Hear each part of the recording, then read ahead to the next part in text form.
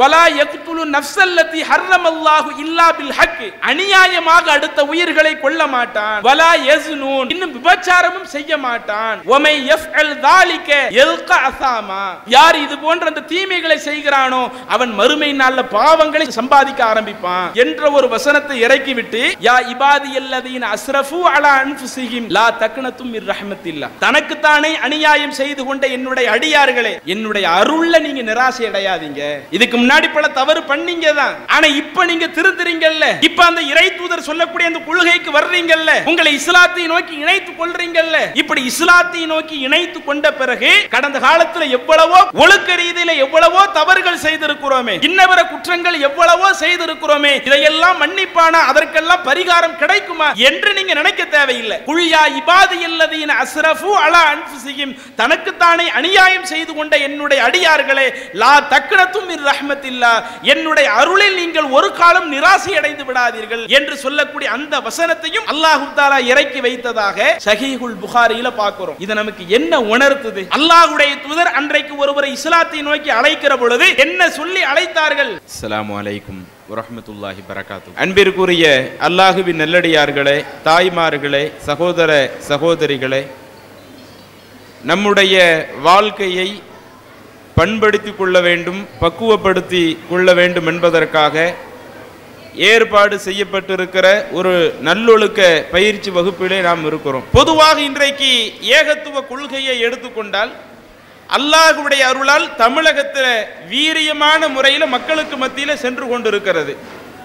மக்களுக்கு மத்தியில் என்னென்ன தவறுகள் இருக்கிறதோ அத்துணை தவறுகளிலிருந்து மக்களை நாம மீட்டு கொண்டு வரணும், நாமளும் கொள்கை அளவில் கரெக்டாக இருக்கணும் என்ற இந்த ஒரு எண்ணம் ஏகத்துவவாதிகள் நம்ம எல்லாரிடத்திலேயுமே இருக்கிறது. நீங்கள் நம்முடைய கடந்த கால அந்த வாழ்க்கையை எடுத்து பார்த்தீங்கன்னு சொன்னா, நம்முடைய ஊர்களில் என்னென்ன இணை வைப்பான காரியங்கள் இருக்குதோ அந்த இணை வைப்பான காரியங்களிலிருந்து நாம் விலகி இருப்பதோடு அடுத்தவங்களுக்கும் அந்த ஷிர்கினுடைய விபரீதத்தை எடுத்து சொல்லி அவங்களை ஷிர்கில் இருந்து மீட்கக்கூடிய மக்களாக நம்முடைய பிரச்சாரத்தின் மூலம் அவர்களையும் இந்த ஏகத்துவ கொள்கையை நோக்கி அழைத்து வரக்கூடிய மக்களாகத்தான் நாம இருக்கிறோம். அதே மாதிரி மக்கள் எல்லாம் பல பிதஅத்தான காரியங்களை செய்கிற பொழுது அல்லாஹ் சொல்லாத விஷயத்தை, அல்லாஹ்வுடைய தூதர் கற்றுத்தராத விஷயத்தை, மற்ற விஷயங்களை எல்லாம் மார்க்கமாக பல மக்கள் பின்பற்றி கொண்டிருக்கும் பொழுது அதுல இருந்து நாம மக்களை மீட்டு கொண்டு வரணும். நாம மறுமை நாளில் வெற்றி பெற வேண்டும் என்று சொன்னால் இறை தூதர் கற்றுத்தந்த வழிமுறையை பின்பற்றினால் மட்டுமே நாம மறுமையில வெற்றி பெற முடியும். இறை தூதர் நபிகள் நாயகம் ஸல்லல்லாஹு அலைஹி வஸல்லம் அவர்களுடைய வழிமுறையை தாண்டி அவர்களுடைய மறைவிற்கு பிறகு பிற மக்களால் உருவாக்கி சொல்லப்பட்ட எந்த ஒரு காரியத்தையும் நாம் பின்பற்றினால் அது இஸ்லாமாக இருக்காது.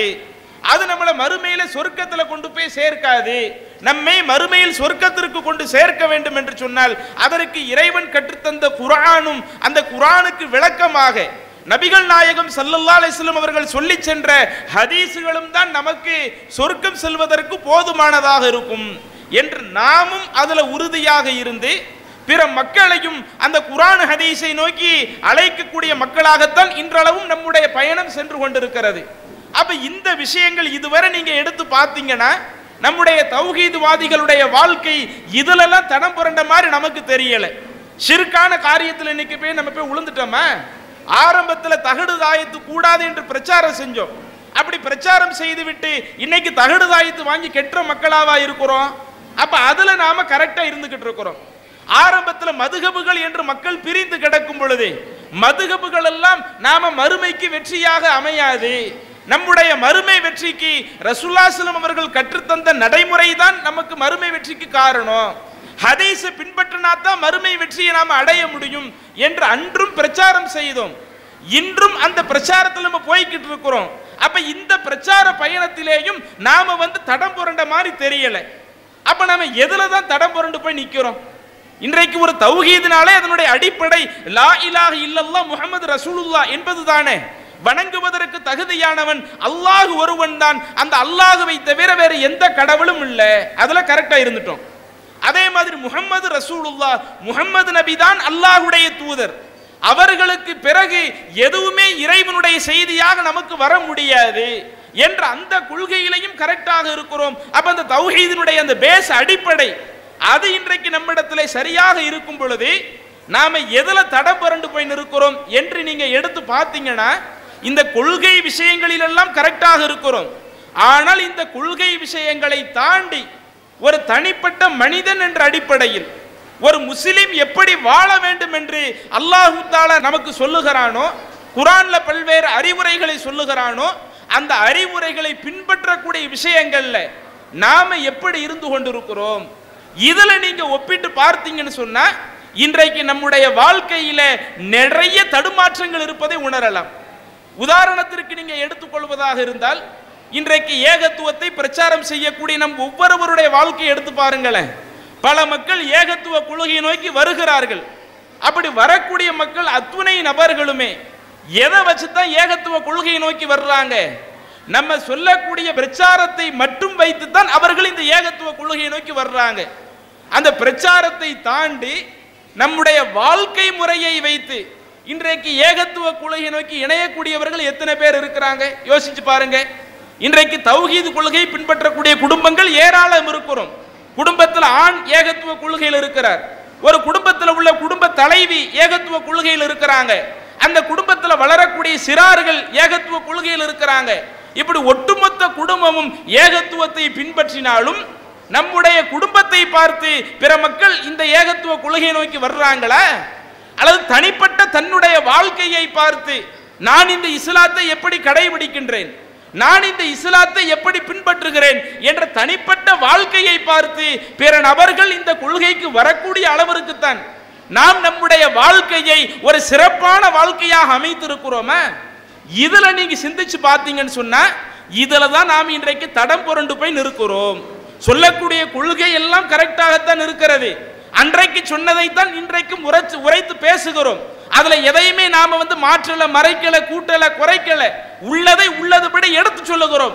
இப்படி பிற ஆட்களுக்கு எடுத்து சொல்லக்கூடிய நாம் இறைவன் நம்மை எப்படி வாழ வேண்டும் என்று சொன்னானோ, நாம் பிற நபர்களுக்கு எப்படி முன்னுதாரணமாக திகழ வேண்டும் என்று இறைவன் சொன்னானோ, அந்த முன்னுதாரணமாக திகழக்கூடிய விஷயங்கள்ல நாம கரெக்டாக இருக்கிறோமா என்றால் இதில் தான் நம்மிடத்துல நிறைய தடுமாற்றங்கள் இருக்கிறது. அந்த தடுமாற்றத்திற்கு என்ன காரணம்? இன்றைக்கு நாமளா நமக்கு ஒரு சமாதானத்தை சொல்லிக் கொள்கிறோம். பல தவறுகள் இன்றைக்கு நம்முடைய வாழ்க்கையில இருக்குது. அது என்னென்ன தவறுங்கிறத நான் பின்னாடி சொல்றேன். இப்படி பல தவறுகள் நம்முடைய வாழ்க்கையில் இருக்கும் பொழுது நமக்கு நாம என்ன சமாதானம் சொல்லிக்கிடுறோம்? இதெல்லாம் மார்க்கத்துல கூடாதுதான், தப்பான காரியம்தான். இருந்தாலும் நாம தௌஹீது கொள்கையில் இருந்துட்டோம் இல்ல, ஷிர்கான கொள்கையிலிருந்து விலகிட்டோம் இல்ல, பிதஅத்தான காரியத்திலிருந்து விலகிட்டோம் இல்ல, குர்ஆன் சுன்னா மட்டும்தான் மார்க்கத்தினுடைய அடிப்படை என்ற அந்த ஒரு கொள்கையை நாம புரிந்து கொண்டோம் இல்ல. இந்த தௌஹீது கொள்கை எப்படியாவது நம்மளை சொர்க்கத்துக்கு கொண்டு வந்துரும். மற்ற சின்ன சின்ன விஷயங்கள் நாம பின்பற்றக்கூடிய விஷயங்களில் தவறு செய்தாலும் இந்த தௌஹீது கொள்கை எப்படியாவது நம்மளை மறுமையில சொர்க்கத்துக்கு கொண்டு வந்துரும் என்ற ஒரு எண்ணம் தான் நாம கடைசி வரை அந்த தவறிலிருந்து மீண்டு வராமல் இருப்பதற்கு ஒரு காரணமாகவும் அமைகிறது. உண்மையிலேயே தௌஹீது கொள்கை நம்மளை மறுமையில சொர்க்கத்துக்கு கொண்டு வரும், அதுல எந்த மாற்று கருத்து இல்லை. நம்மள்ட்ட இருக்கக்கூடிய தவறுகள் இருந்தாலும் இறைவன் நாடினால் அந்த தவறை மன்னித்து விட்டால் நாம் அப்படியே சொர்க்கம் போய்விடலாம். அல்லது இறைவனுடைய நாட்டம் நம்முடைய பாவம் மன்னிக்கப்படவில்லை என்றால் நாம கொள்கையில கடைசி வரை உறுதியாக இருந்தால் நாம் செய்த பாவத்திற்கு தகுந்த தண்டனையை நரகத்தில் பெற்றுவிட்டு இறுதியில நரகத்திலிருந்து நாம வெளியேற்றப்படுவோம், சொர்க்கத்துக்கு வந்துடுவோம். இந்த தௌஹீது கொள்கை சொர்க்கத்திற்கு அழைத்து செல்லும் என்பது உண்மை. ஆனால் பல்வேறு பாவங்களை செய்யக்கூடிய நாம் ஒருவேளை நம்முடைய தவறை இறைவன் மன்னிக்காவிட்டால், மன்னிக்கிறேன்னு தான் எல்லாரும் ஆசைப்படுறோம், ஆனால் ஒருவேளை இறைவன் நம்முடைய தவறை மன்னிக்காவிட்டால் நாம சில காலங்கள் நரகத்தில் கிடக்கணும் இல்லை. அந்த நரகம் என்ன சர்வ சாதாரணமானதா? குர்ஆன்ல எத்தனை வசனங்களில் இறைவன் நரகத்தை பற்றி பேசுகிறான். நரகத்தை பற்றி அல்லாஹ் பேசும் பொழுது அதுல மனுஷன் கிடக்கும் பொழுது அதுல நெருப்பாலான வேதனைகள் அவனுக்கு இருந்து கொண்டிருக்கும். குல்லமா நலிஜத் ஜுலூதுகும் பத்தல்நாகும் ஜுலூதன் கைரகாலி யதூகுல் அஸாப். இப்படி நரகத்துல ஒரு மனிதன் கருகும் போதெல்லாம் அவனோடு சேர்த்து அவனுடைய தோள்கள் கருகி விடுகிறது. தோள்கள் கருகிய உடனே அல்லாஹ் என்ன செய்வானா, கருகின அந்த தோலை மாத்திட்டு வேறு ஒரு புது தோலை அல்லாஹ் தஆலா அந்த மனிதனுக்கு கொண்டு வருவான். திரும்ப அந்த தோளும் கருகும், திரும்ப அதற்கடுத்து அதுக்கு அல்லாஹ் வேறு ஒரு தோலை மாத்துவான்.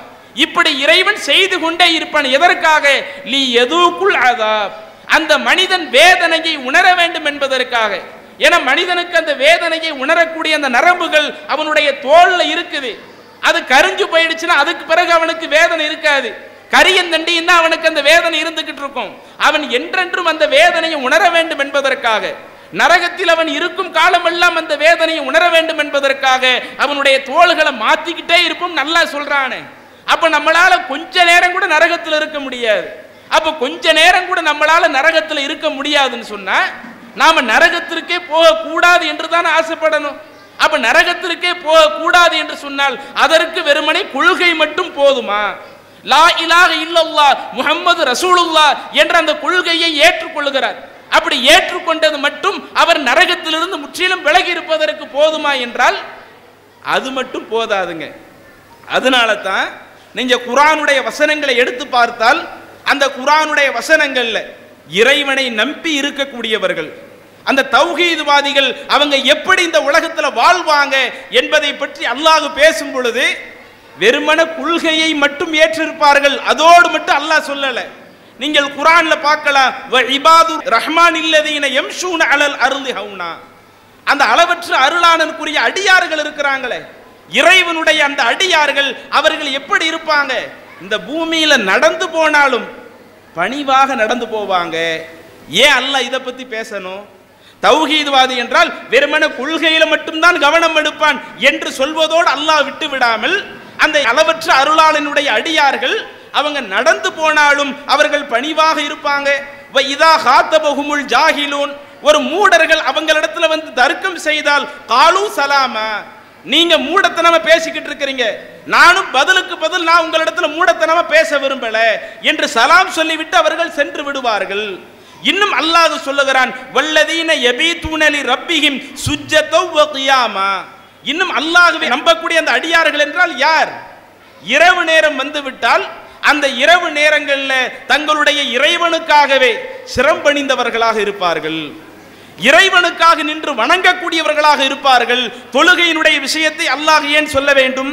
வல்லதீன யகூலூன ரப்பனா இஸ்ரிஃப் அன்னா அஸாப ஜஹன்னம், இன்னும் அந்த இறைவனுடைய அடியார்கள் அல்லாஹ்ட்ட துஆ செய்வார்களாம், இறைவா எங்களால நரகத்தினுடைய வேதனையை தாங்கவே முடியாது, எனவே எங்களுக்கு அந்த நரகத்தினுடைய வேதனையை விட்டும் எங்களை நீ விலக்கி வைப்பாயாக, நாங்க எந்த ஒரு தவறும் செஞ்சிடக்கூடாது, அந்த தவறு தான் எங்களை நரகத்தில் கொண்டு போய் சேர்க்குது, அந்த நரகத்தில் கொண்டு போய் சேர்க்கக்கூடிய எந்த ஒரு காரியத்தையும் நாங்கள் செய்து விடக்கூடாது என்று அவங்க அல்லாஹ்ட்ட துஆ செய்வார்களாம். யகூலூன ரப்பனா இஸ்ரிஃப் அன்னா அஸாப ஜஹன்னம், இறைவா நரகத்தினுடைய வேதனையை எங்களை விட்டும் நீ தடுப்பாயாக, இன்ன அஸாபஹா கான கராமா, ஏன்னா அந்த நரகத்தினுடைய வேதனை அது நிலையான ஒரு வேதனையாக, கடுமையான ஒரு வேதனையாக இருக்கிறது என்று சொல்லிட்டு அடுத்து அல்லாஹ் தஆலா அதற்கு அடுத்த வசனங்கள்ல சொல்றான், இன்னும் அந்த அளவற்ற அருளாளனுடைய அடியார்கள் செலவு செய்யும் பொழுது நல்ல முறையில் அவங்க அடுத்தவங்களுக்கு கொடுப்பாங்க, வீண் விரயம் செய்ய மாட்டாங்க,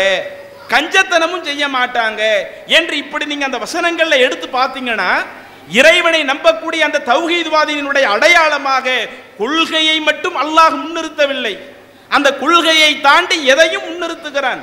அவன் தனிப்பட்ட வாழ்க்கையில என்னென்ன பண்புகளை அவன் கடைபிடிக்க வேண்டுமோ, என்னென்ன குணாதிசயங்களுக்கு சொந்தக்காரனாக இருக்க வேண்டுமோ அது போன்ற விஷயத்தையும் இறைவன் அடுக்கி சொல்வதை நாம் அந்த வசனத்துல பார்க்கிறோம். அதே போல இன்னொரு வசனம் நாமெல்லாம் அதிகமாக பயான்கள்ல கேள்விப்பட்ட வசனம், கத் அஃப்லஹல் முஃமினூன், இறைவனை நம்பக்கூடிய அந்த ஏகத்துவவாதிகள் தௌஹீத்வாதிகள் வெற்றி அடைந்து விட்டார்கள். அல்லாஹ் தஆலா சொல்றான், ஒருவன் இந்த உலகத்துல சரியான தௌஹீத்வாதியா இருக்கிறான்னு வைங்க, கத் அஃப்லஹல் முஃமினூன், அந்த இறைவனை நம்பக்கூடிய தௌஹீத்வாதிகள் வெற்றி அடைந்து விட்டார்கள். இப்படி சொன்னான்ல அல்லாஹ். அதற்கு அடுத்து நீங்க அந்த வசனங்கள்ல பாத்தீங்கன்னா அந்த தௌஹீத்வாதிகள் என்றால் யார், அவங்களுடைய பண்புகள் எப்படி இருக்கும் என்பதையும் அல்லாஹ் பேசுகிறான். அல்லதீன ஹும் ஃபீ ஸலாத்திஹிம் ஹாஷிஊன், அந்த இறைவனை அஞ்சக்கூடிய அந்த தௌஹீத்வாதிகள் தங்களுடைய அந்த இறைவனுடைய வணக்கத்தில் இறைவனை அஞ்சியவர்களாக இருப்பார்கள். வல்லதீன ஹும் அனில் லகுவி முஅரிதூன், எது வீணான காரியமோ அந்த வீணான காரியங்களை புறக்கணிக்கக்கூடியவர்களாக இருப்பார்கள். வல்லதீன ஹும் லி ஸகாத்தி ஃபாயிலூன், இறைவன் அவர்களுக்கு செல்வத்தை தாராளமாக வழங்கி இருந்து ஜக்காத்தை கொடுக்கக்கூடியவர்களாக இருந்தால் அந்த ஜக்காத்தையும் நிறைவேற்றக்கூடியவர்களாக இருப்பார்கள். வல்லதீனஹும் லி ஃபுரூஜிஹிம் ஹாஃபிதூன், இன்னும் கற்பொழுக்கத்தை பேணக்கூடியவர்களாக இருப்பார்கள். இல்லா அலா அஸ்வாஜிஹிம் அவுமா மலக்கத் ஐமானுஹும், அன்றைய காலத்தில் அடிமைகள் எல்லாம் இருந்தாங்க, இன்னைக்கு அந்த அடிமைகள்லாம் கிடையாது. அப்ப அவர்கள் தங்களுடைய அடிமைகளிடத்திலேயோ அல்லது தங்களுடைய மனைவிகளை தாண்டி வேற அடுத்த எந்த விதமான தவறான காரியத்திலேயும் அவர்கள் ஈடுபட மாட்டார்கள் என்றெல்லாம் அல்லாஹ் சொல்லி வந்து அதுல கடைசியில சொல்லுகிறான், உலாயிக ஹுமுல் வாரிசூன அல்லதீன யரிசூனல் ஃபிர்தௌஸ ஹும் ஃபீஹா காலிதூன், இவர்கள்தான் சொர்க்கத்திலேயே உயர்ந்த சொர்க்கமாக இருக்கக்கூடிய ஜன்னத்துல் ஃபிர்தௌஸ் என்ற சொர்க்கத்தினுடைய வாரிசுதாரர்களாக இருப்பார்கள். அப்ப இந்த வசனத்தை மீண்டும் ஒரு தடவை சிந்திச்சு பாருங்க. தௌஹீத்வாதிகள் வெற்றி அடைந்து விட்டார்கள் என்று சொன்ன இறைவன் எதை மட்டும் சொல்லல, அவன் ஷிர்க் வைக்காம இருக்கிறானே, என்னைய மட்டும் வணங்குறானே, அதனால தான் அவனுக்கு வெற்றி, இதை மட்டும் அல்லாஹ் அறிவிக்கல. அல்லது நபி ஸல்லல்லாஹு அலைஹி வஸல்லம் அவர்களை மட்டும் அவன் பின்பற்றுகிறானே, இறை தூதர் என்ன சொன்னாங்களோ அதைத்தான் கேட்பென்ற ஒரு கொள்கையில் இருக்கிறானே, அந்த கொள்கையில இருக்கிறதுனால தான் அவனுக்கு அந்த வெற்றி, அதை மட்டும் அல்லாஹ் சொல்லல. அந்த கொள்கை எப்படி அவனுக்கு வெற்றிக்கு காரணமாக இருக்கிறதோ அதே போல அவன் தனிப்பட்ட வாழ்க்கையில இறைவனை தொழுகக்கூடியவனாக இருக்கிறானா, தொழுகை என்ற அந்த பண்பிற்கு சொந்தக்காரனாக இருக்கிறானா, அவன் வெற்றி அடைவான். இறைவன் அவனுக்கு பொருளாதாரத்தை வழங்கி இருந்து தன்னுடைய பொருளாதாரத்தை அல்லாஹ்வுடைய பாதையில வாரி வழங்கக்கூடியவனாக, ஜக்காத்தை கொடுக்க வேண்டிய இடத்தில் இருந்தால் ஜக்காத்தை நிறைவேற்றுகிறானா, அவன் அந்த பண்புக்கு சொந்தக்காரன். அதே போல கற்பொழுக்கத்தில் ஒருவன் சரியாக நடக்கின்றானா, அவன் அந்த பண்புக்கு சொந்தக்காரன். எது வீணான காரியமோ, எது பாவமான காரியமோ, அந்த பாவமான காரியத்தை விட்டு விலகி இருக்கிறானா, அவன் அந்த பண்புக்கு சொந்தக்காரன். அப்ப வெறுமன தௌஹீத் கொள்கையை மட்டும் அல்லாஹ் சொல்லாமல் மனிதன் தனிப்பட்ட வாழ்க்கையில கடைபிடிக்கக்கூடிய அந்த பண்புகளையும் சொல்லி, இந்த பண்புகள் எவனிடத்தில் இருக்கிறதோ அவன்தான் சொர்க்கத்தில் உயர்ந்த சொர்க்கமாக இருக்கக்கூடிய ஜன்னத்துல் ஃபிர்தௌஸினுடைய வாரிசுதாரர்களாக இருப்பாங்க, அதற்கு சொந்தக்காரர்களாக இருப்பாங்க என்று இறைவன் எடுத்துரைக்கிறான் என்றால், அப்ப நாம இதுவரை நினைச்சிருக்கிறோமே, நாம இந்த கொள்கையில் இருக்கிறோம், நம்ம வாழ்க்கையில் உள்ள தனிப்பட்ட சின்ன சின்ன தப்புகள் இதெல்லாம் நம்ம பின்னாடி பார்த்துக்குவோம், இறைவன் நாடுனா அதை மன்னிச்சுட்டு போயிடுவான் என்றதை சர்வ சாதாரணமாக கடக்க நினைக்கின்றோமே, இதுதான் நம்மை இந்த கொள்கையில் தடம்புரள செய்யக்கூடிய காரணிகளாக இருக்கிறது. அப்ப இஸ்லாமிய மார்க்கம் இதுல தான் அதிகம் முக்கியத்துவம் கொடுக்கிறது. வெறுமன ஒருவன் முஸ்லிம் என்று சொன்னால் அந்த முஸ்லிம் என்பவன் கொள்கை அளவில் மட்டும் தன்னுடைய வாழ்க்கையை திருத்தக்கூடாது. கொள்கை அளவில் தன்னுடைய வாழ்க்கையை திருத்துவதை போல தனிப்பட்ட வாழ்க்கையிலேயும் தன்னுடைய அந்த விஷயங்கள் அத்துணையுமே அதுல என்னென்ன நன்மையான காரியங்கள் இல்லாம இருக்குதோ அந்த நன்மையான காரியங்களை செய்யக்கூடியவனாக இருக்கணும். என்னென்ன பாவமான காரியங்கள் இருக்குதோ அந்த பாவமான காரியங்களிலிருந்து தம்மை விலக்கிக் கொள்ள வேண்டும். இப்படி அந்த பண்புகள் ரீதியிலேயும் எவன் தன்னுடைய வாழ்க்கையை பக்குவப்படுத்துகிறானோ அவன்தான் இந்த ஏகத்துவ கொள்கையை முறையாக பின்பற்றக்கூடியவனாக இருக்கிறான் என்ற இந்த கருத்தை தான் நமக்கு பல குர்ஆன் வசனங்களும் சொல்லுகிறது. நபிகள் நாயகம் ஸல்லல்லாஹு அலைஹி வஸல்லம் அவர்களுடைய பொன்மொழிகளும் சொல்லுகிறது. இன்னும் நீங்க ரசூலுல்லாஹி ஸல்லல்லாஹு அலைஹி வஸல்லம் காலத்தை எடுத்து பாருங்களேன். பயான்கள்ல பல நேரங்கள்ல எந்த ஒரு தலைப்பை எடுத்து பேசினாலும் அந்த தலைப்பை எடுத்து பேசுகிற பொழுது அந்த இறைவன் சொன்ன சட்ட திட்டத்திற்கு நபி தோழர்கள் எந்த அளவிற்கு கட்டுப்பட்டாங்க, அந்த சட்ட திட்டத்தை ஏற்று நடக்கிறதுல நபி தோழியர்கள் எந்த அளவிற்கு நடந்தாங்க, சஹாபாக்களுடைய வாழ்க்கைகளை எல்லாம் நிறைய இடங்கள்ல முன்னிறுத்தி பேசுவோமா இல்லையா? ஏற்கனவே இறைவன் சொன்ன சட்ட திட்டத்திற்கு மாயிஸ் ரலியல்லாஹு அன்ஹு அவர்களை பற்றி குறிப்பிட்டார்கள்.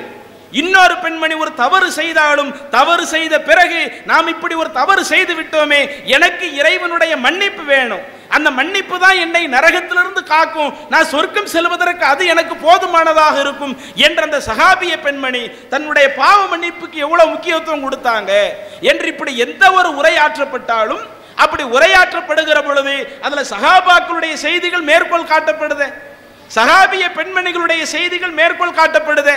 அப்படி மேற்கோள் காட்டக்கூடிய அளவிற்கு அந்த நபி தோழர்கள் தங்களுடைய வாழ்க்கையை மாற்றுகிறார்கள் என்றால் எப்படி அவங்களால மாற்ற முடிஞ்சிச்சு? நம்மள மாதிரி வெறுமன கொள்கையில மாத்திரம் நம்ம கரெக்டா இருந்துட்டா போதும், தனிப்பட்ட அந்த கேரக்டர் ரீதியில அதெல்லாம் நாம சின்ன சின்ன தவறு செஞ்சாலும் அதெல்லாம் பெருசு கிடையாது என்ற இந்த ஒரு தன்மையை அல்லாஹ்வுடைய தூதர் அன்றைக்கு வாழ்ந்த அந்த தோழர்களிடத்தில் விதைக்கவில்லை. அல்லாஹ்வுடைய தூதர் அன்றைக்குள்ள சஹாபாக்களிடத்திலேயும் சஹாபிய பெண்மணிகளிடத்திலேயும் எதை விதைக்கின்றார்கள்? கொள்கையை முதல்ல விதைச்சாங்க, அதுல மாற்று கருத்து இல்லை. என்னென்ன இணை வைப்பான காரியங்கள் இருக்குதோ அத்துணை இணை வைப்பிலிருந்து விலகி வந்துருங்க சொன்னார்கள். என்னைத்தான் நீங்கள் பின்பற்ற வேண்டும் அதையும் சொன்னார்கள்.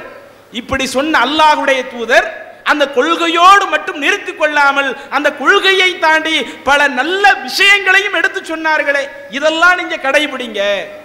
எதுவெல்லாம் பெரிய பெரிய பாவங்களாக இருக்குமோ, எது ஒரு மனிதனை கெட்டவனாக மாற்றுமோ அந்த பாவங்களை எடுத்து கூறி அந்த பாவத்திலிருந்து விலகி வந்துருங்க, அதையும் சேர்த்து சொன்னார்களே.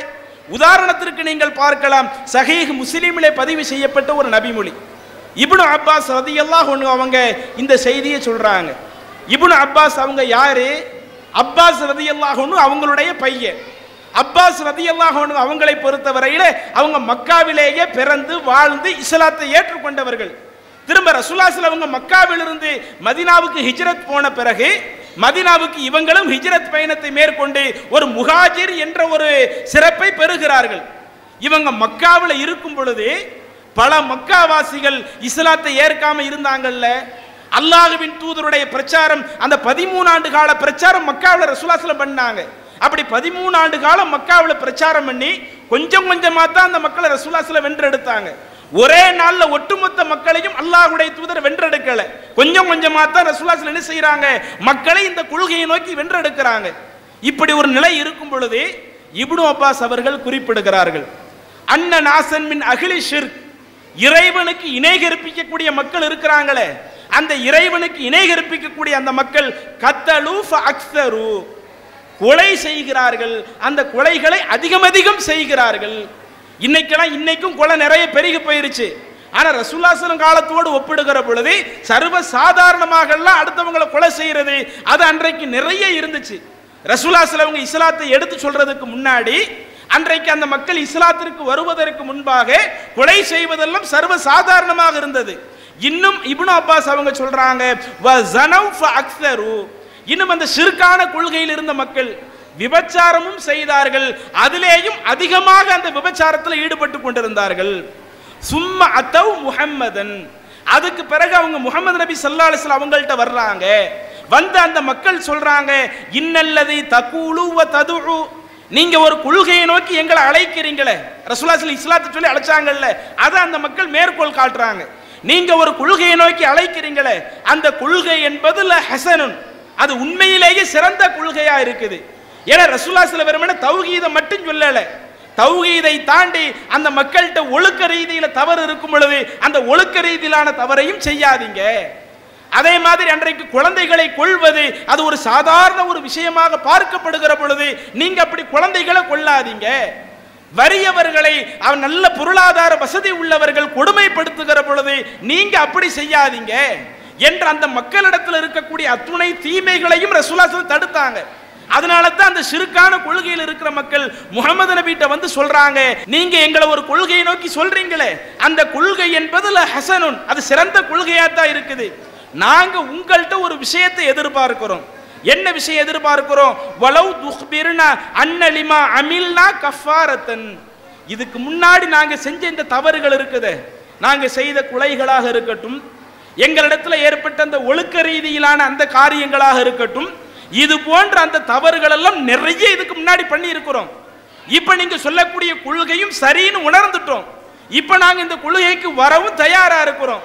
ஆனா நாங்க கடந்த காலத்தில் செய்த அந்த தவறுகளுக்கு நாங்க இப்ப இந்த இஸ்லாத்தை ஏற்றுக்கொள்வது, உங்களுடைய கொள்கையை ஏற்றுக்கொண்டு இனிமே நீங்க சொன்ன அடிப்படையில் நாங்க நடந்து கொள்வது, இப்படி நாங்க நடந்துகிட்டோம்னு சொன்னா கடந்த காலத்தில் நாங்க செஞ்ச தப்புகளை எல்லாம் அல்லாஹ் மன்னிச்சிருவானா? அதுக்கெல்லாம் நாங்க இந்த இஸ்லாத்தை ஏற்றுக்கொள்வது ஒரு பரிகாரமா இருக்குமா என்று அந்த மக்கள் கேட்கும் பொழுது அப்பதான் நஸல, அல்லாஹ் குர்ஆனிலே வசனம் இறக்குகிறான், ஒரு ஏகத்துவவாதி இறைவனை நம்பக்கூடியவன் அவனுடைய தன்மைகளை எல்லாம் அல்லாஹ் சொல்லுகிறான். இறைவனை நம்பக்கூடியவன் யார் என்றால் வல்லதீன லா யதுஊன மஅல்லாஹி இலாஹன் ஆகர், அவன் அல்லாஹ்வோடு வேற எந்த கடவுளையும் அழைத்து பிரார்த்திக்க மாட்டான். வலா யக்துலு நஃப்ஸல்லதி ஹர்ரமல்லாஹு இல்லா பில் ஹக், அநியாயமாக அடுத்த உயிர்களை கொல்ல மாட்டான்.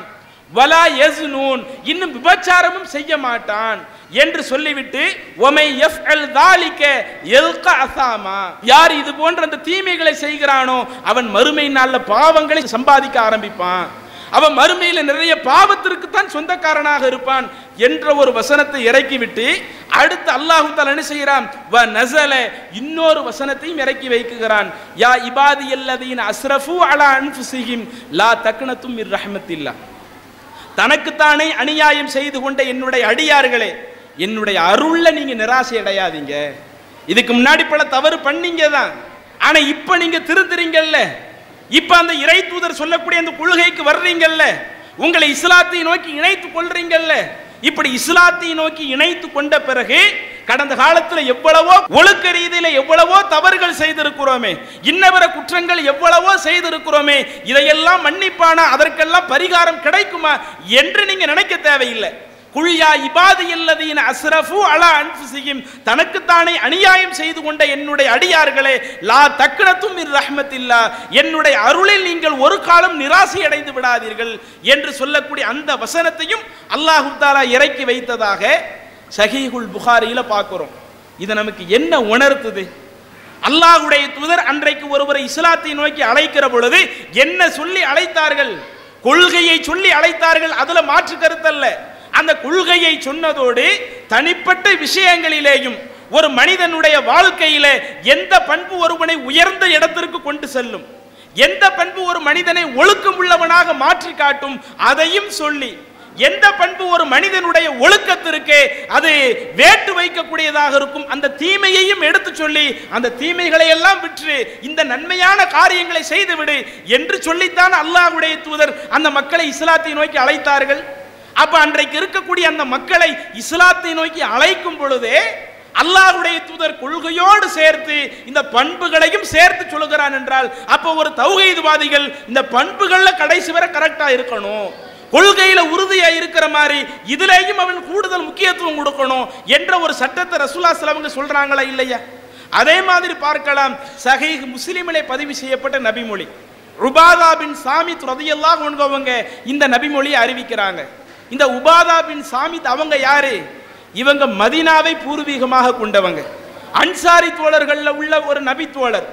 இவங்க அறிவிக்கிறாங்க, நாங்கள் எல்லாம் மதீனாவாசிகளாக இருந்தாலும் அவங்களுக்கும் இந்த ஏகத்துவ பிரச்சாரம் கிடைத்த பிறகுதான் அவங்க இஸ்லாத்தை ஏற்றுக்கொள்கிறார்கள். அப்படி இஸ்லாத்தை நாங்கள் ஏற்றுக்கொண்ட பிறகு நாங்கள் அல்லாஹ்வின் தூதர்கிட்ட வந்தோம். அப்படி அல்லாஹ்வின் தூதர்கிட்ட வந்து ஃபபாயஉ ரசூலுல்லாஹி ஸல்லல்லாஹு அலைஹி வஸல்லம், நாங்கள் இஸ்லாத்தை ஏற்றுக்கொண்டவுடன் இறை தூதரிடத்தில் ஒரு உறுதிமொழி கொடுத்தோம். என்ன உறுதிமொழி கொடுத்தோம்? பாயஅனாஹு அலா அன் லா நுஷ்ரிக பில்லாஹி ஷைஆ, நாங்க வந்து இறைவனுக்கு இனிமே எதையுமே இணை வைக்க மாட்டோம். இஸ்லாத்திற்கு வரக்கூடியவங்க இஸ்லாத்திற்கு வரும்போதே எப்படி உறுதிமொழி கொடுக்கறாங்கன்னு கவனிங்க. அந்த உறுதிமொழியில என்னென்ன விஷயங்களை எல்லாம் மேற்கோள் காட்டுறாங்க கொஞ்சம் சிந்தித்து பாருங்கள். உபாதா பின் சாமித் சொல்றாங்க, நாங்க இஸ்லாத்துல இல்லாம இருந்துதான் பின்னாடி இஸ்லாத்துக்கு வந்தோம். அப்படி இஸ்லாத்துக்கு வரும் பொழுது நாங்க ரசூலுல்லாஹி ஸல்லல்லாஹு அலைஹி வஸல்லம் உறுதிமொழி கொடுத்தோம், அல்லாஹ்வுடைய தூதரே இனிமே நாங்க அல்லாஹ்விற்கு எதையுமே இணை கற்பிக்க மாட்டோம். வலா நஸ்னிய, இனிமே நாங்க விபச்சாரம் செய்ய மாட்டோம். வலா நஸ்ரிக, இனிமே நாங்க திருட மாட்டோம். வலா நக்துலு நஃப்ஸல்லதி ஹர்ரமல்லாஹு இல்லா பில் ஹக், இறைவன் புனிதப்படுத்தி இருக்கிற, இறைவன் தடை செய்திருக்கிற ஒரு மனிதனுடைய உயிர்களை இனிமே நாங்க கொல்ல மாட்டோம். வலா நன்தகிப, நாங்க அநியாயம் அடுத்தவனுடைய பொருளை அபகரிக்க மாட்டோம் என்று சொல்லிவிட்டு ஃபல் ஜன்னத்து இன் ஃபஅல்னா ذلك, இது போன்ற அந்த விஷயங்கள்ல நாங்க கரெக்டா இருந்துட்டோம்னா எங்களுக்கு மறுமையில சொர்க்கம் கிடைக்கும்.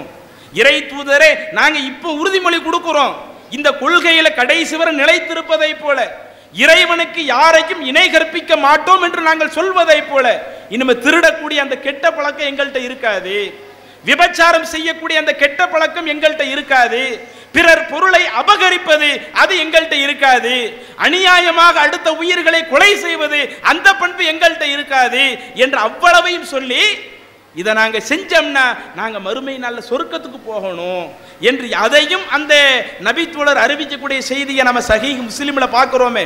அப்ப இதையெல்லாம் நீங்க எடுத்து பார்த்தால், முஹாஜிர் சஹாபாக்களை எடுத்துக்கொண்டாலும் சரி, அன்சாரி தோழர்களை எடுத்துக்கொண்டாலும் சரி, அவர்கள் இஸ்லாத்திற்கு வரும் பொழுதே நாங்கள் கொள்கையை மட்டும் பின்பற்றுவோம், மற்ற எங்க தனிப்பட்ட வாழ்க்கை எப்படி வேண்டுமானால் அமைத்துக் கொள்வோம் என்று சொல்லாமல், நாங்கள் இந்த கொள்கையை பின்பற்றுவதை போல எங்களுடைய தனிப்பட்ட விஷயங்களிலேயும் கூடுதல் முக்கியத்துவம் கொடுப்போம். நல்ல பண்புகள் நாங்க கடைசி வரை கடைபிடிப்போம், அதுல இருந்து தடம் புரள மாட்டோம் என்ற செய்தியை சேர்த்து அல்லாஹ்வின் தூதர்கிட்ட சொல்றாங்களே. அல்லாஹ்வுடைய தூதர் அப்படித்தான் அந்த இஸ்லாமிய சமூகத்தை உருவாக்கினார்கள். இன்னும் ஹதீஸ்ல எடுத்து பார்த்தீங்கன்னா, ஆண்கள் மட்டுமல்ல, சஹாபிய பெண்மணிகளும் இஸ்லாத்தை ஏற்று வருகிற பொழுது அவங்களும் அல்லாஹ்வின் தூதர்கிட்ட உடன்படிக்கை கொடுத்தாங்க. சேம் இதே விஷயம்தான். இனிமே நாங்க இணை கற்பிக்க மாட்டோம், நாங்க திருட மாட்டோம், நாங்க விபச்சாரம் செய்ய மாட்டோம், அடுத்தவங்க மேல அவதூறு சொல்ல மாட்டோம், இனிமே ஒரு உயிர் அநியாயம் நாங்க கொள்ள மாட்டோம் என்ற அந்த பெண்களும் இஸ்லாத்தை ஏற்கிற பொழுது இந்த நல்ல பண்புகளை எல்லாம் இனிமே நாங்க கடைபிடிப்போம் என்று சேர்த்து ஒரு உறுதிமொழி வழங்குகிறாங்கன்னு சொன்னா, அப்ப அல்லாஹ்வுடைய தூதர் இந்த இஸ்லாமிய சமுதாயத்தை இப்படித்தான் எதிர்பார்க்கிறாங்க. இன்னும் ரசூலுல்லாஹி ஸல்லல்லாஹு அலைஹி வஸல்லம் தனிப்பட்ட வாழ்க்கையை எடுத்து பாருங்க. அவங்க இந்த மக்களுக்கு பிரச்சாரம் செய்யும் பொழுது, இந்த மக்களை ஏகத்துவ கொள்கையை நோக்கி அழைக்கிற பொழுது வெறுமன கொள்கையை மட்டும்தான் சொன்னாங்களா?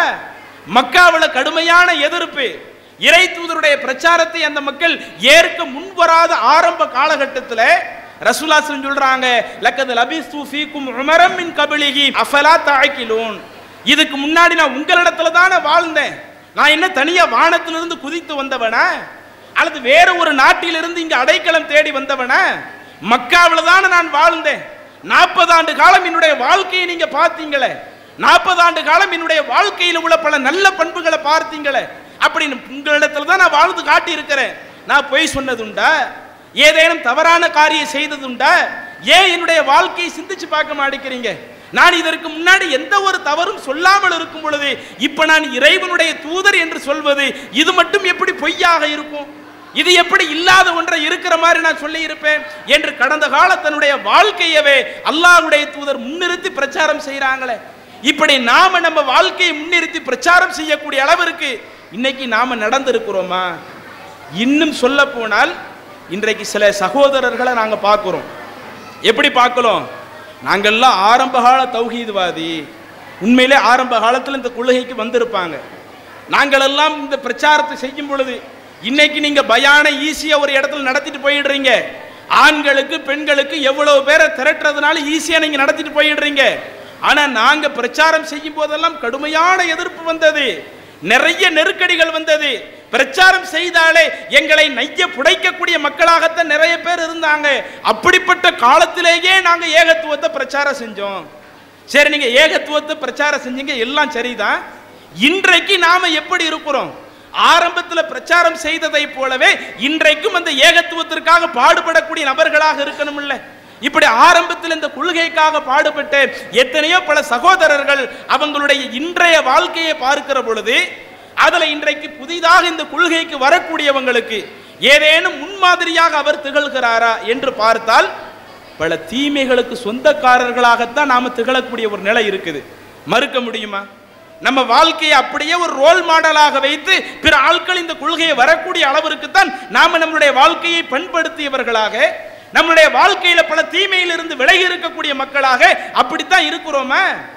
இன்னும் சொல்ல போனால் ஒரு சில சகோதர சகோதரிகளிடத்தில் இருக்கக்கூடிய சில காரியங்கள், அவங்க ஒரு பக்கம் தங்களை தௌஹீத்வாதிகள் என்று சொல்லிக் கொண்டாலும் அவர்களிடத்தில் இருக்கக்கூடிய சில கெட்ட பண்புகள் பிற நபர்கள் இந்த கொள்கைக்கு உள்ள வர்றதுக்கே தயக்கம் காட்டக்கூடிய அளவிற்கு, இந்த கொள்கைகளை இணைவதற்கே முகம் சுளிக்கக்கூடிய அளவிற்கு சில நம்மளுடைய கெட்ட பண்புகள் இருக்குது. ரசூலுல்லாஹி ஸல்லல்லாஹு தன்னுடைய வாழ்க்கையை முன்னிறுத்தி பிரச்சாரம் பண்ணாங்க. ஆனா இன்றைக்கு நாம நம்மளுடைய வாழ்க்கையை எடுத்து சொன்னால் அதை பார்த்து பிற மக்கள் முகம் சுளிக்கக்கூடிய அளவிற்கு அப்ப இப்படித்தானே சில தவறுகளை நாம பண்ணிக்கிட்டு இருக்கிறோம். அப்ப இதுதான் நம்முடைய வாழ்க்கையை கொஞ்சம் கொஞ்சமாக இந்த கொள்கையை விட்டு விலக்கி கொண்டு போய்கிட்டு இருக்குது. இதையெல்லாம் தௌஹீத்வாதிகள் நாம சிந்தித்து பார்த்து நம்முடைய வாழ்க்கையில என்னென்ன தவறுகள் இருக்கிறதோ அத்துணை தவறுகளிலிருந்து நாம விலக கடமைப்பட்டிருக்கிறோம். சரி, அப்படி என்னென்ன விஷயங்கள் நம்ம வாழ்க்கையில பிரச்சனைக்குரியதா இருக்குது, நாம எதிலெல்லாம் கூடுதல் கவனம் செலுத்த வேண்டிய விஷயமா இருக்குது என்று நீங்க எடை போட்டு பார்த்தீங்கன்னா அதுல முதலாவது இன்றைக்கு குர்ஆன் சுன்னாவைத்தான் பின்பற்றணும். அல்லாஹுவும் அல்லாஹுடைய தூதரும் எதை கற்றுத்தந்தாங்களோ அதுதான் மார்க்கத்தினுடைய அடிப்படை. அதைத்தானே நம்ம மக்கள்கிட்ட பிரச்சாரம் செய்கிறோம். இப்படி பிரச்சாரம் செய்யக்கூடிய நாம சில நிகழ்வுகளில் போய் கலந்துக்கிடுறோம். எப்படிப்பட்ட நிகழ்வுகளா இருக்குது? மார்க்கத்துக்கு மாற்றமான வரதட்சணை வாங்கி ஒரு கல்யாணம் நடக்குதுன்னு வைங்க. அந்த வரதட்சணை கல்யாணத்தில் போய் உட்கார்ந்துட்டு வர்றோம். பெண்ணு வீட்டு விருந்து போட்டு ஒரு திருமணம் நடக்குதுன்னு வைங்க. அதை புறக்கணிக்க வேண்டிய இடத்துல இருக்கக்கூடிய நாமே அது போன்ற கல்யாணத்திற்கெல்லாம் சர்வ சாதாரணமாக போயிட்டு வர்றோம். இன்னும் மார்க்கத்திற்கு மாற்றமான இதர பிதஅத்தான காரியங்கள் ஒரு திருமணத்தில் நடக்குதுன்னு வைங்க. இதெல்லாம் சின்ன சின்ன பிதஅத்து தானே, நாம பின்னாடி அவங்களை சொல்லி திருத்திக்கலாம் என்று சொல்லி அந்த பிதஅத்தான காரியத்தில் போய் கலக்கக்கூடியவர்களாக இப்படி எத்தனை விஷயங்கள் நாம நடந்துகிட்டு இருக்கிறோம்.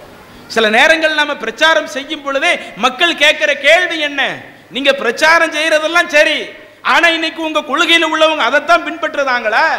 வரதட்சணை வாங்க கூடாதுன்னு சொல்றீங்க, ஆனா உங்க கொள்கையில உள்ளவங்க இன்றைக்கு வரதட்சணை எதிர்பார்க்கிறாங்களே. வெளிப்படையாக அவங்க கேட்காவிட்டாலும் அவங்க குடும்பத்தில் உள்ள பிள்ளைக்கு கல்யாணம் நடத்துற பொழுது எப்படியாவது பெண் வீட்டுக்காரங்க போட மாட்டாங்களான்னு எதிர்பார்க்கிறாங்களே, இது நியாயமா? வரதட்சணை கூடாது எவ்வளவோ பேசுறீங்க, ஆனா பேசக்கூடிய உங்க கொள்கையில் உள்ளவங்க எத்தனை பேர் அந்த வரதட்சணை கல்யாணத்துல போய் பங்கெடுக்கிறாங்களே, அது நியாயமா? பெண் வீட்டு விருந்து கூடாது, இன்னும் மண்டப செலவு நீங்க நிறைய காசு செலவழிச்சு கல்யாணம் முடிச்சா அல்லாஹ்வுடைய பரக்கத்தெல்லாம் இருக்காது, குறைந்த செலவுல நடத்தணும்னு சொல்றீங்க. ஆனா உங்க கொள்கையில் உள்ளவங்க இன்றைக்கு எவ்வளவோ பல லட்சங்களை செலவழிச்சு கல்யாணம் முடிக்கிறாங்களே, அது நியாயமா? மக்கள் கேட்கிறாங்களா இல்லையா?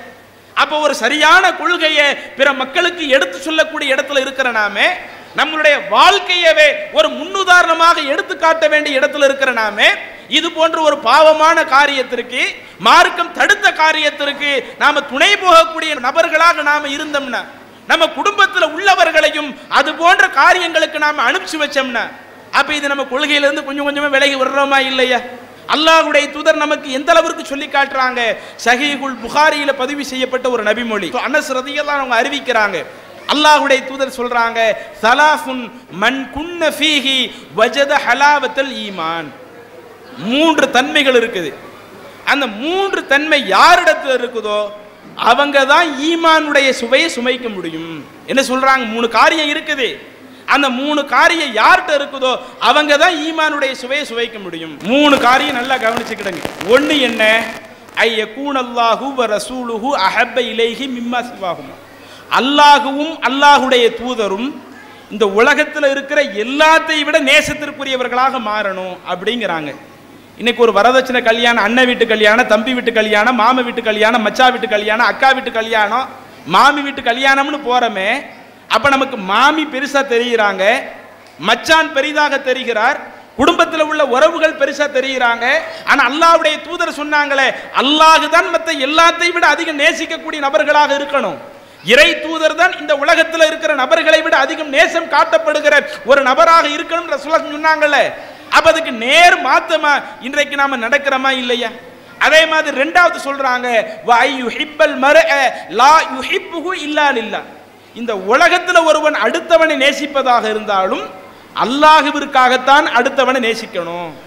பாவமான காரியம்லாம் நடக்கும் பொழுது அங்கெல்லாம் போய் நின்றுட்டு நான் அல்லாஹ்வுக்காக நேசிக்கிறேன்னு சொல்ல முடியுமா? அல்லாஹ்வுக்காக நேசிக்கிறதுனா என்ன? ஒன்று அங்க பாவம் நடக்கும்போது தடுக்கணும். நம்ம தடுப்பதற்குரிய அதிகாரம் படைத்தவர்களாக இருந்தால் நம்ம அதிகாரத்தை பயன்படுத்தி தடுத்து நிறுத்துறீங்கன்னு வைங்க, அல்லாஹ்வுக்காக நேசிக்கிறீங்கன்னு அர்த்தம். அல்லது அதிகாரம் இல்லாட்டாலும் நான் நாவால எடுத்து சொல்லி அதை தடுப்போம்னு நீங்க போறீங்கன்னு வைங்க, அது அல்லாஹ்வை நேசிக்கிறீங்கன்னு அர்த்தம். அதையும் செய்யாம ரசூலுல்லாஹ் 3வது சொன்னாங்களே, ஒரு தீமையை பார்த்து நாவாலும் தடுக்க முடியாம யார் உள்ளத்தால வெறுத்து ஒதுங்குறாங்களோ அதுதான் ஈமான்ல பலகீனமான படித்தரம்னு சொன்னாங்களே. ஆனா இன்னைக்கு அதை கூட கடைபிடிக்காம அதுல கூட்டத்தோடு கூட்டமா நாமளும் ஒரு ஆளா போய் உட்கார்ந்து அந்த நிகழ்ச்சிகளை போய் சிறப்பிச்சுட்டு வர்றோம்னா இதுதான் நாம அல்லாஹ்வுக்காக அவங்களை நேசிக்கிறோமா? நீங்க சிந்திச்சு பாருங்க. அடுத்து 3வது சொல்றாங்க, வ ஐ யக்ரஹ ஐ யஊத ஃபில் குஃப்ரி கமா யக்ரஹ ஐ யுக்தஃப ஃபின்னார். ஒருவரை நெருப்பில் தூக்கி போடப்படுவதை எப்படி அவர் வெறுப்பாரோ அதே போல குஃப்ரிலிருந்து திரும்பி வந்த பிறகு மீண்டும் அந்த குஃபரை நோக்கி போறதை வெறுக்கணும். ஆரம்பத்தில் எதுனே தெரியாம பல தப்புகளை பண்ணி இருப்போம். ஆனா என்றைக்கு அது தவறுகள் என்று உணர்த்தப்பட்ட பிறகு, இது மார்க்கத்திற்கு சம்பந்தம் இல்லை என்று உணர்த்தப்பட்ட பிறகு, இது ஈமானுக்கு அழகல்ல என்று உணர்த்தி காட்டிய பிறகு மீண்டும் பழைய பாதையை நோக்கி திரும்பி செல்வதை ஒருவன் தான் நெருப்பில் தூக்கி போடப்படுவதை வெறுப்பதை போல வெறுக்கணும்னு சொன்னாங்களே. அப்ப இன்றைக்கு எவ்வளவு விஷயங்கள் உதாரணத்துக்கு தான் அந்த வரதட்சணை கல்யாணத்துல போய் கலந்துக்கிடுறது. இதே மாதிரி எத்தனையோ பல விஷயங்கள் மார்க்கம் தடுத்த சபைகள்ல எதுல போய் கலந்து கொள்ளவே கூடாது என்று மார்க்கம் அனுமதித்திருக்கிறதோ அதுல போய் கலந்துக்கிடுறோமே. ஒரு பக்கம் அப்படியும் கலந்துக்கிட்டு இருக்கிறோம், இன்னொரு பக்கம் நாங்கள்லாம் எவ்வளவு பெரிய தௌஹீத்வாதி தெரியுமா, நாங்கள்லாம் தன்னந்தனி ஆளாக எவ்வளவு பிரச்சனை சந்திச்சோம் தெரியுமா, நாங்க பிரச்சாரத்திற்கு எவ்வளவு அடி வாங்கினோம் தெரியுமா, ஆரம்பத்தில் எவ்வளவோ அடி வாங்கினீர்களே, அடி வாங்கி அந்த பிரச்சாரத்தை வளர்க்கிறோம் என்று சொல்றீங்களே, ஏன் இன்றைக்கு அந்த பிரச்சனை உங்களால எதிர்கொள்ள முடியல? அதே தவறத்தான இன்னைக்கு பண்ணிக்கிட்டு இருக்கிறாங்க, அதே மார்க்கத்துக்கு மாற்றமான காரியத்தை தானே பண்ணிக்கிட்டு இருக்கிறாங்க. அப்ப இதை புறக்கணிப்பதற்கு நமக்கு ஏன் உள்ள தோண மாட்டேங்குது? அப்ப அந்த கொள்கையிலிருந்து தடம் புரண்டது அதுதான ஒரு காரணமா இருக்குது.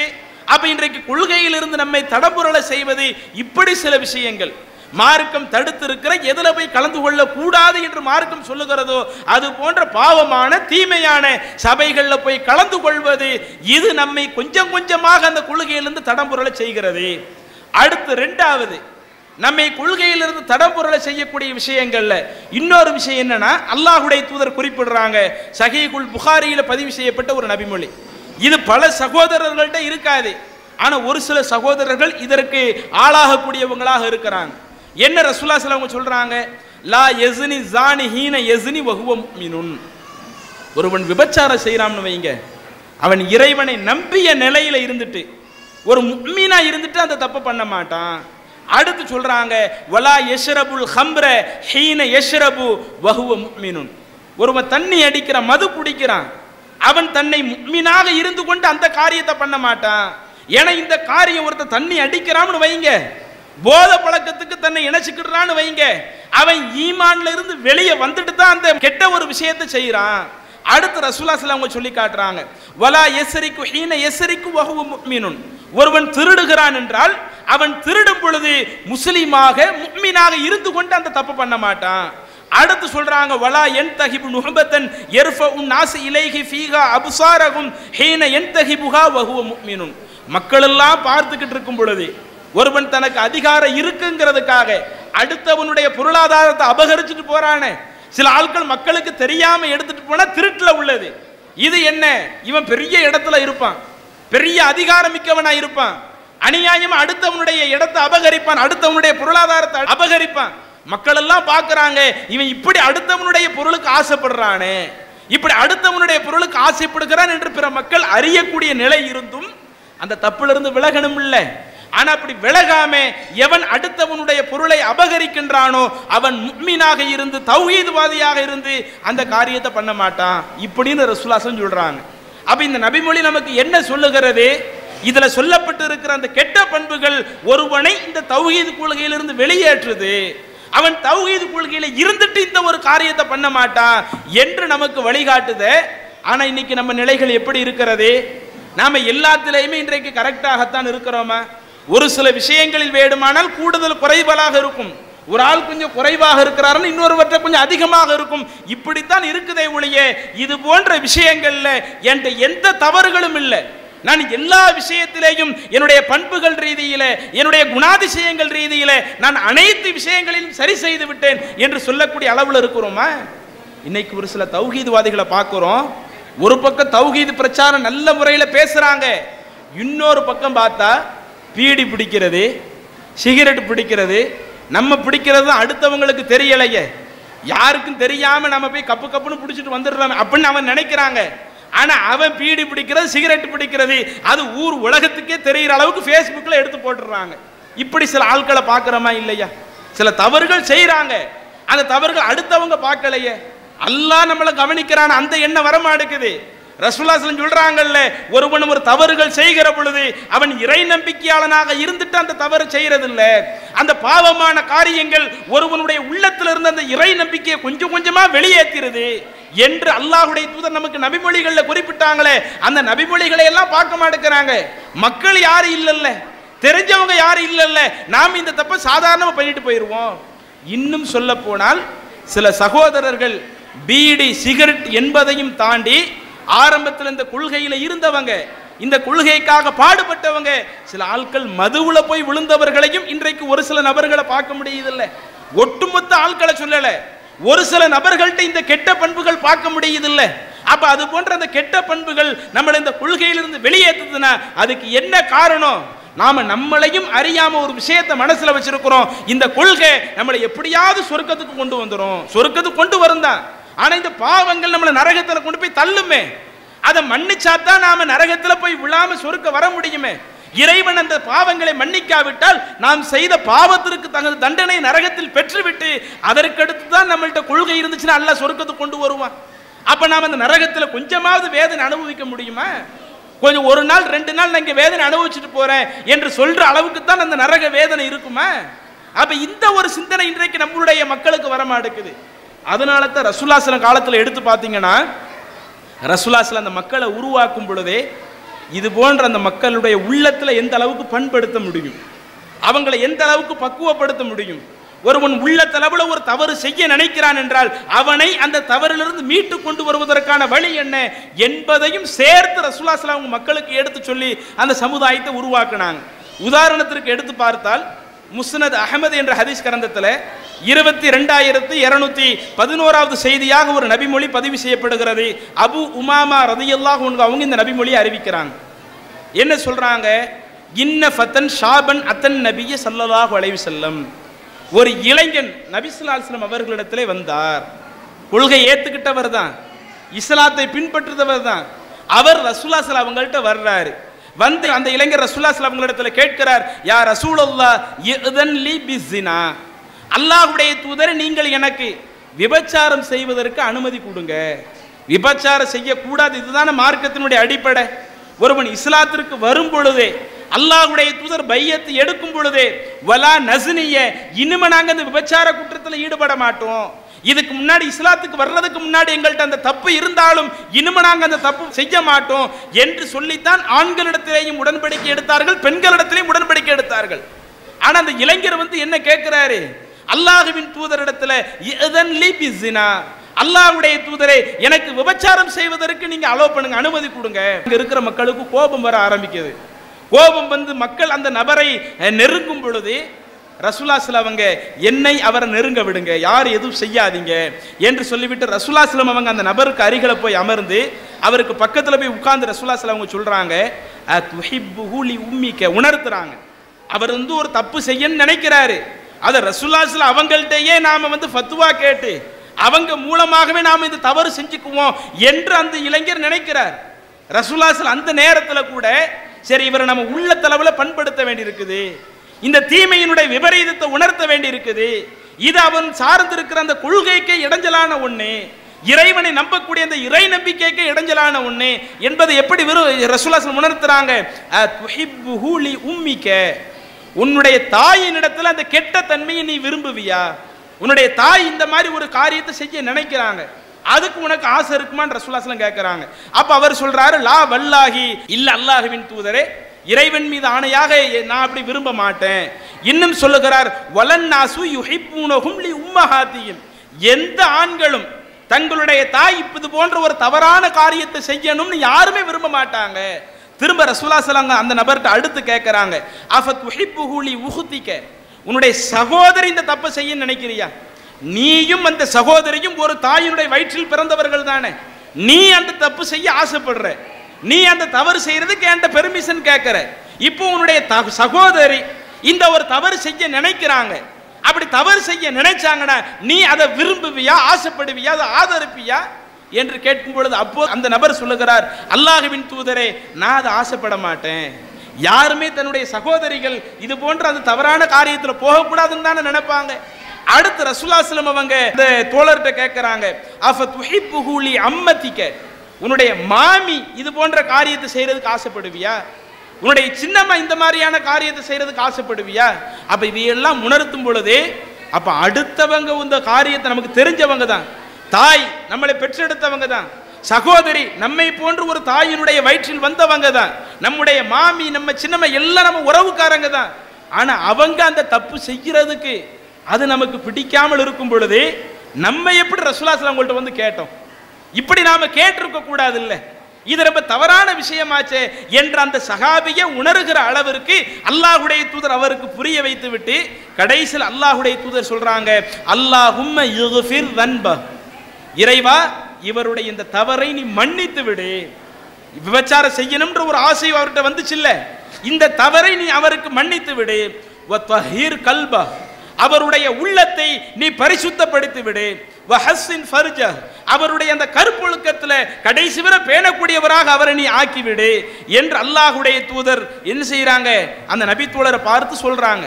திரும்ப அதுக்கடுத்து அந்த ஹதீஸ்ல கடைசியில பார்க்கிறோம், ஃபலம் யகுன் பஅத ذாலிகல் ஃபதா, அதற்கு பிறகு அந்த நபி தோழருடைய நிலை எப்படி இருந்துச்சு, யல்தஃபிது இலா ஷைஇன், அந்த விபச்சாரம் மட்டும் இல்ல, அந்த விபச்சாரத்தினுடைய சாயல்களாக என்னென்ன இருக்குமோ, ஒருவன் விபச்சாரத்தில் போய் தள்ளக்கூடிய காரணிகளாக என்னென்ன இருக்குமோ, எந்த ஒரு காரணிகளிலேயும் தன்னை ஈடுபடுத்தாத நபராகத்தான் நாங்க அவரை பார்த்தோம். அதற்கடுத்து அவர் அதை வெறுக்கக்கூடிய நபராக மாறிவிட்டார் என்று நாம் அந்த ஹதீஸ்ல பார்க்கிறோமே. அப்ப இது நமக்கு என்ன சொல்லுகிறது, அல்லாஹ்வுடைய தூதர் அந்த இஸ்லாத்தை ஏற்றுக்கொண்டவர்களை எந்த அளவிற்கு அந்த தீமையிலிருந்து விலகி கொண்டு வருவதற்காக, அவங்களுடைய உள்ளத்தில் அதனுடைய அந்த தீமையை உணர்த்துவதற்காக அல்லாஹ்வுடைய தூதர் இவ்வளவு விஷயத்தை கடைபிடிக்கிறாங்களே. என ஒரு தௌஹீத்வாதி என்பவன் வெறுமனே கொள்கையில மாத்திரம் கரெக்டா இருந்து விட்டு இந்த தவறுகள் செய்கிறான் என்றால் இது அவனை மறுமையில் நரகத்தில் கொண்டு போகுது, இது அவனுடைய மறுமை வெற்றிக்கு அது ஒரு இடைஞ்சலாக இருக்கிறது என்று அல்லாஹ்வுடைய தூதர் அவ்வளவு விஷயங்களையும் கவனித்து சொன்னார்களே. அப்ப இதையெல்லாம் நீங்க நம்மளுடைய மனதில் பதிய வைத்துக் கொள்ளுங்கள்.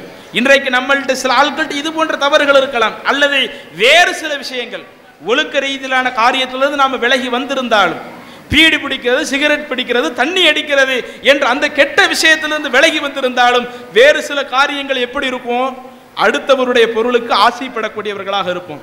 இன்னைக்கு எவ்வளவோ பிரச்சனைகள் நம்ம குடும்பத்துக்குள்ள நடக்குதா இல்லையா, குடும்பத்தில் அண்ணன் தம்பிக்குள்ள சண்டை, தௌஹீத் குடும்பம் தான், தௌஹீத் குடும்பத்தில் அண்ணன் தம்பிக்குள்ள சண்டை. ஏன் சண்டை, தம்பியாக இருக்கிறவர் கொஞ்சம் விவரமுள்ள ஆளா இருந்தா அண்ணனுடைய இடத்துல கொஞ்சம் இடத்தையும் எடுத்துக்கொள்வது பார்க்கிறோமா இல்லையா, அல்லது அண்ணன் கொஞ்சம் விவரக்கார ஆளா இருக்கிறாங்க, தம்பி ரொம்ப வெகுளியா இருக்கிறாங்கன்னு வைங்க, தம்பிக்கு போகக்கூடிய அந்த பங்கு அந்த வாரிசுரிமை என்ற அடிப்படையில் இறைவன் என்ன சட்டத்தை சொல்லி இருக்கிறானோ அந்த சட்டப்படி தன்னுடைய சகோதரனுக்கு கிடைக்காம முழுக்க முழுக்க அண்ணனை அபகரிக்கிற மாதிரி.